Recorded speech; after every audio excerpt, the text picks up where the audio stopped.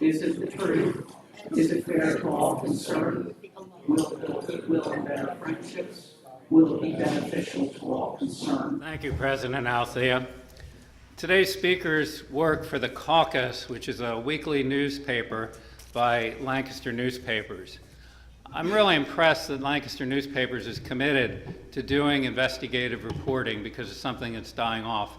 But they've made a commitment to do this, and certainly a great shout out to Bob Krasny for making this happen, because there's so much news that needs to be told that without an active and free press working out there, we wouldn't hear it. So please welcome Brad Bumstead and Paula Knudsen to talk to you about what's going on in Harrisburg. Thank you.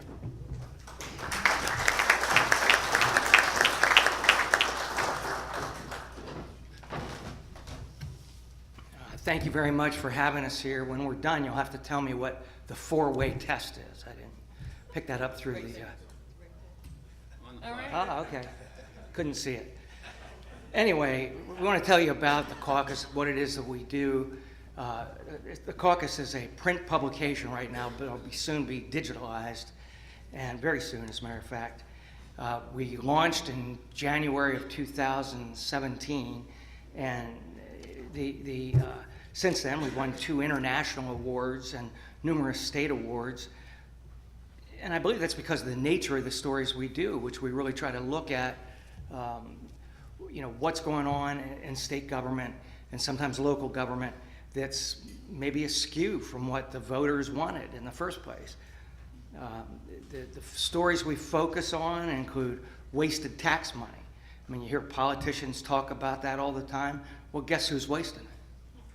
Right? And we find numerous instances that Republican, Democrat, we've hit everybody back and forth. We have no favorites. Conflicts of interest are something we look at extensively. When state officials' business conflicts with their personal interests, they have a side job, they belong to a law firm that may have contracts with the state. Those are the kind of things we look at. Misuse of campaign funds is another, and very seldom do people look at how campaign money is spent, particularly after a campaign. But it's often used to enhance their lifestyle, although Pennsylvania election law is so weak that it allows it to be used for anything that could be construed as furthering an election. Years ago, 2006, when I was with the Pittsburgh Tribune Review, a colleague of mine and I did a story about then House Speaker John Purcell and his chief of staff taking their boys to the Super Bowl, and then the two of them going to a Las Vegas convention where they bought the bar numerous times and all of that. They charged it all to the campaign accounts. They even paid for the food for the chief of staff, Brian Preske's babysitters, so they could go out and do political events. It's not tax money, it's private money that people have contributed, but there's no control. It's loose. They can use it however. Paula got interested in it recently and tracked a state senator who had used it to buy a truck, a vintage truck they picked up in the West, I think California, and transported it the whole way back here, and it's a beautiful looking truck, and he apparently just uses it to drive around in parades, but his campaign funds paid for it. Of course, we look at hypocrisy, and that is rampant in Harrisburg as well as Washington, when politicians do one thing and say another, or say one thing and do another. It happens every day. And the best we can do is try to hold them accountable for that. Well, you said such and such, what did you mean? A good example of that is touting transparency. That's the buzzword you hear in Washington and Harrisburg. We're going to be transparent. We're going to make all the records open. Then the next thing you know, that's the guy holding back records and not letting you see them. So we do try to monitor closure of government meetings or attempts to close them, and holding back records from the public, records that clearly ought to be public.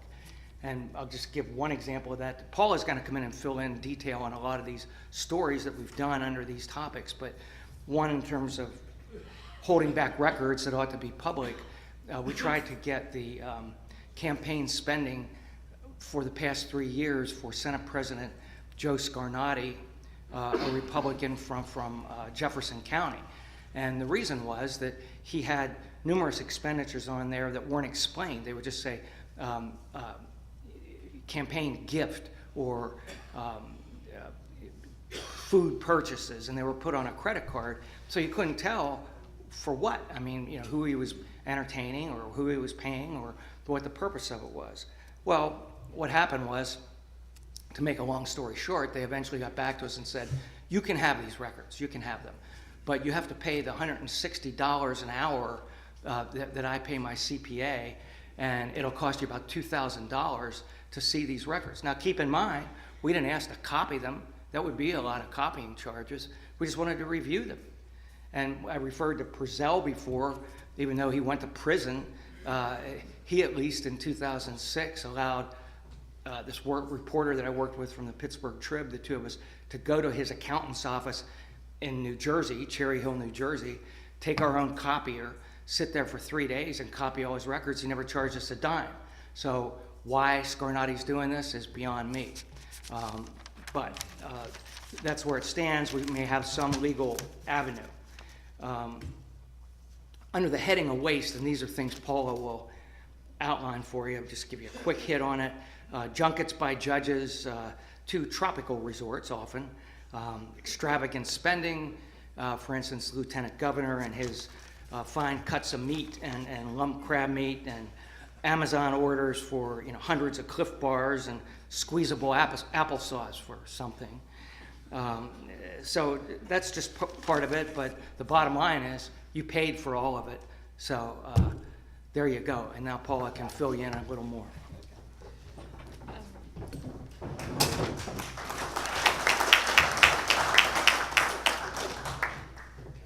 So, good morning, good afternoon, I guess, everyone. We launched, as Brad said, 1.5 years ago, plus or minus, January of 2017. And we have a really fantastic team. Brad is our bureau chief. He's been reporting for decades and is really noted in Harrisburg for his coverage. And I'm a lawyer by training, and I go after public records. And as Brad mentioned, people don't want to give up public records, even though it's your taxpayer money. And the things that politicians and state agencies are doing and local agencies are using your taxpayer dollars. So we fight really hard for the records, and we're a dedicated team. And we got notice right away when then Senator Scott Wagner was holding up a copy of one of our articles during a Senate hearing and said that he had learned more from our rag sheet, as he called it, than he did during some of the budget hearings. So we try to go really deep and cover some of these issues that are important to you as taxpayers and citizens. This edition that Senator Wagner's holding up is about what has been called the largest boondoggle in state history. Radio systems that are used throughout the state by emergency officials haven't worked over several decades, pretty much. And how much money is it, Brad, now? $800 million. $800 million has been poured into these systems to try to get them to work. During the Eric Freen manhunt in Pike County, the radios failed, the handheld radios that law enforcement were trying to use to call each other. So he's holding up one of our two-part edition where we wrote about fraud, not fraud, but what some people had called kind of fraudulent leaning behavior, where there were people going back and forth between the contracting company and state administrative agencies. So we've written about wasted money and what has been this long-running state radio system. We've written about, many of you read in LNP, sometimes our work is covered in LNP as well. The Lieutenant Governor had been spending a lot of money, as Brad mentioned. He also had his staff stripped from him because of alleged abusive behaviors. And then we also write about state agencies. So you're welcome to take copies that we have up front. But we have great graphic artists who work with us. This is a weekly publication, so we come out every week and we have a cover story. The one on my right, your left, is about Lieutenant Governor Stack and some of the issues he had This one was a piece our colleague Sam Janish, who you see his byline in the Lancaster paper, wrote about the oncoming automation revolution, where a lot of people's jobs will be lost due to automation. And the one that says convicted and cashing in is a piece we wrote about state employees who would have been convicted of crimes, sometimes crimes involving sexual abuse of children, and are still receiving a pension, state pension. So as you know, we have a terrible pension situation here in the state of Pennsylvania. And there are still people who have committed really serious crimes, have gone to jail, and are collecting a state pension. So we detailed some of the people, state troopers, state legislators, teachers, and others who are still collecting state pensions. And the legislators have not been able to finalize legislation that would prohibit those kinds of people from collecting a state pension.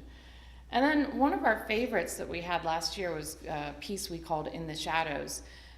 You know, townships, counties, and school districts all work together and try to pass policies that are important to their constituencies.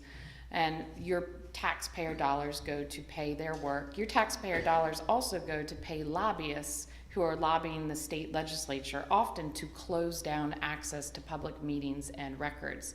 So we wrote about the money that is being spent to shut down access under the state open meetings law, the Sunshine Act, as well as the Public Records Act, by local elected officials paying lobbyists to try to stop you from having access to more information about public happenings. So a couple other things just to highlight for you. Brad, can you hand me those for moonlighting? We talked about, I know this is a little beat up, we only have one copy of this left. We had two editions that we talked about moonlighting. So here in Pennsylvania, legislators are permitted to work outside jobs. Sometimes people call that moonlighting when you're working a second job. But we got really interested in it because we thought, gosh, if they're working a second job or a third job, how are they representing your interests? And what happens when there's a conflict? And we found out that we couldn't find any record any time of a state legislator being told you can't vote for this bill because you have a private interest. Here in Pennsylvania, we have legislators who are in construction, the funeral home industry, the insurance industry, as many of you are, but they're wearing two hats. And so we were interested in finding out, do they always act with your best interest, or are they sometimes acting in the best interest of their company or their interest? And we found that there were no instances of the Senate or the House telling people that they couldn't vote. In fact, we found the opposite, that legislators who had a personal interest in a business and an issue upon which they were voting were told, you must vote for this, despite the fact that the state constitution says that legislators shall not vote on issues in which they have a financial interest. So we thought that was a really interesting issue about conflicts. We've also written about the horse racing industry. Some of you may be horse racing fans or own equine interests. In Pennsylvania, the legislature specifically wrote into the law that the people who oversee the horse racing industry may have conflicts. They may own horse racing interests, and that's lawful here in the state of Pennsylvania. Good government people who we talked to in the course of reporting that story said that was quite disturbing. So here in Pennsylvania, we have very weak ethics laws that allow a lot of these behaviors. And then finally, on the topic of open records and open meetings, we use the public records here in Pennsylvania a lot. Has anybody ever filed a right to know law request or a federal freedom of information request? So anybody can go into a township, a school district, a county, any government entity and say, hey, I want to see your records. Some government agencies say, here you go, here's our records, here's our budget, here's the contract that we had with such and such a company. And sometimes they're not so willing to turn over the records. And in fact, we found that the Pennsylvania Higher Education Assistance Agency, FIA, some of you may know it from student loans, they're one of the top 4 student loan servicers in the country, meaning they hold a significant chunk of student loan money from all across the United States. A lot of their contracts were redacted, and we found that their contracts were redacted for things like trash collection services, taking care of window washing and things like that. So contracts and basic public documents are supposed to be open so we can scrutinize as citizens and find out what the government is doing, but all too often we find that that's not the case. And on the open meetings, if you've ever gone to a public meeting, a township meeting, city council, county government, there are only very limited circumstances where officials are to go into executive session. And we have found in our reporting that government officials often say, we're going into executive session and we're going to talk about attorney-client or something like that. And we rely on the advice of our state newspaper association, whose attorneys say that isn't sufficient. Government officials can't just mutter some one-word reason, personnel, attorney-client, and just go do their business behind closed doors. They have to tell us more. So we've filed complaints with various district attorney offices, and we're really serious about getting more information for the citizenry. And this is a time, obviously, when there's a lot of anti-media fervor at the national level. And I would urge you to consider, no matter what your political or ideological beliefs are, that having an informed citizenry and a free press is critical. And we would not be a democracy without these tenets. So thank you for supporting whatever media outlet you support and whatever journalists you support. And we are happy to take your questions.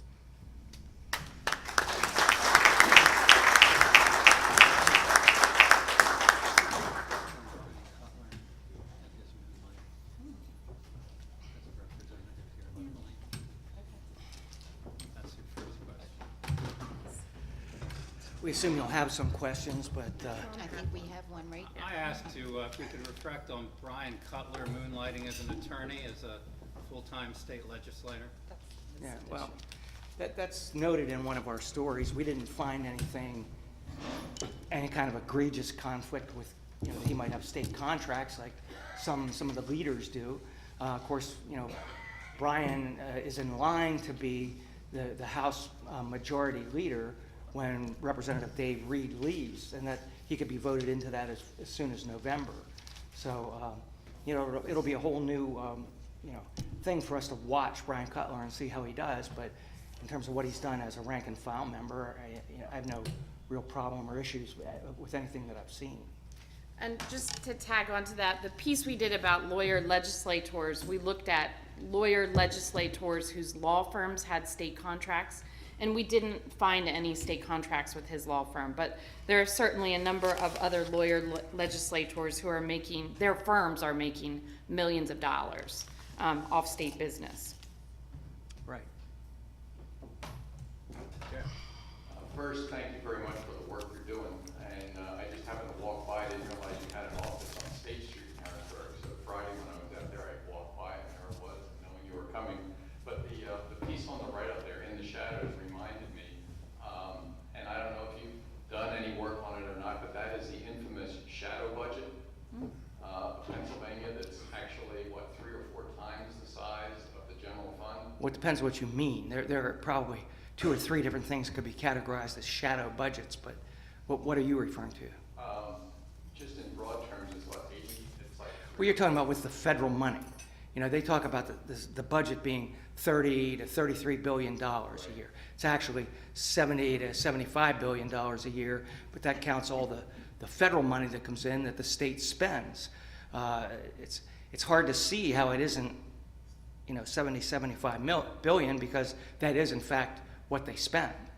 But usually it's not referred to that because it's a smaller figure, a lot smaller, to talk about 33. And the difference is the 33 is what directly comes from state taxpayers, versus money that comes from Oklahoma and Arizona as well as Pennsylvania. So. Okay, thank you. Mm-hmm.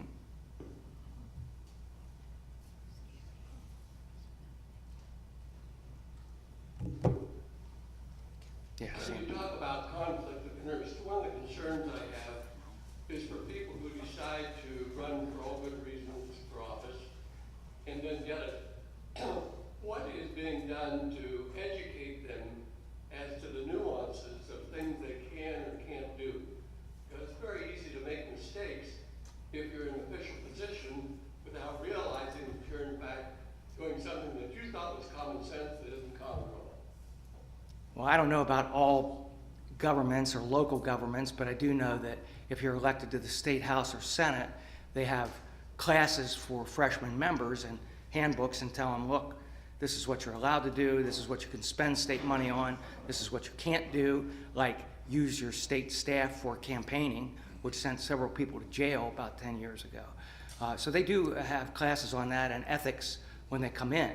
After that, there's some perfunctory ethics classes they take. I don't know if it's once every year, once a session, but I don't know what there is at the local level. I can't answer that for you. It's for school board or township or borough council. Do you know? Yes, sir. 2 questions. When you're writing, who are you writing to? And secondly, it was curious to me that you only share this in print. Why is it not electronically available? Well, like I said, it will be electronically available within a week or 2. Yeah, the decision was made initially as a marketing decision just to make this a print publication, I guess to create demand for it. I never really, we don't, as Scott Wagner says, it's above my pay grade. I don't really know. We just do the stories. And your other question was? Who are we writing to? Oh, who are we writing to? Every time we write a story, we have to write it for a person who's never heard of the issue before, doesn't know who the people are in state government, as if somebody from Colorado just came through town, picked this up at the train station, started reading it. It has to make sense to them, but it also has to have the depth and insight that appeals to government insiders, lobbyists, lawyers, and legislators who are involved in all of it. So we write at 2 different levels there. It has to be clear and concise for anyone, and then also have more, direct information for people involved. And you can see some of the newspapers we're syndicated in, so we have to understand that our reporting goes out. Scranton, Hazleton, Washington County, there's some others that aren't on that list, but Erie. So this is getting read all across the state. So someone we might know here in central Pennsylvania and know right away who they are, a person in Erie might not know. So it's definitely a challenging endeavor to write for a statewide audience, because we're writing about sometimes really technical things. But we also write about really fun things. I'm going to go get the edition that's called Pork Pie, and then Brad can talk about that. Yeah, there are, it's not all the serious stuff. Occasionally we will throw in a story. I did a feature story on dogs that they take in a state prison program that they assign to inmates to take care of for 3 or 4 months to learn responsibility and all that. And that was pretty interesting. I mean, just how, the trainers have to, both of which are young women, have to learn how to go into Camp Hill Correctional Institution and be comfortable. And, they're relatively safe, but it is still a state prison. So, but in any case, it was more about dogs than anything else. And it was occasionally lighter story that we do. Most of the time, the kind of things we write about, look, we don't make a lot of friends, and that's not our job, to be well liked or popular. It's not. If we were, we wouldn't be doing our jobs. But it does create the opposite, where people are on a weekly basis angry with us, upset, blah blah blah. And I don't care about any of that as long as it's accurate, and that's what we strive to do, as long as it's fair. So this one, I don't know if you can see it very well. It's pizza it's called Pork Pie. And so there's always food at the Capitol. I don't know if when you have visited your state legislators, you've noticed that there's just food around all the time. So we wondered, how's this food being purchased? Who's eating it? And we found out that there are these accounts that they can that House members can spend up to $20,000 pretty much however they want on food. They can bring up people from a retirement home and give them lunch, or a sports team or what have you, and they eat a lot of pizza. So we found that out, but we also found out that there's eating going on in the district. And some people might say, well, who cares? What's a couple pizzas here and there? But when you start adding up all of these expenses from all of these different places, when there doesn't seem to be a lot of oversight, last year in our reporting about the lieutenant governor, we found $3,000 in giant purchases, giant grocery stores that no one could account for. No one could tell us what the $3,000 in food purchases were. And imagine that this scenario plays out with extravagant or inflated spending across many different state agencies, state officials, et cetera. So we're going to keep rooting out who's eating pizza, who's spending money at different places. And sometimes, you know, it's a little lighthearted. But on the other hand, this total of food came out to, you know, a lot of money, and you know, in terms of the purpose of it, who knows if that was an appropriate expense for government officials to be spending so much money on sometimes things that seemed a little frivolous. So if you have ideas about something you think we should be reporting on, we have a tips email. It's tips@caucuspa.com. And we love hearing from people. We've gotten some great ideas recently from some readers all throughout the state. We are a small staff, though, so it's kind of a plus and a minus that we get lots of great tips, but a lot of our stories take a long time to dig up the details, but please let us know if you have questions, ideas.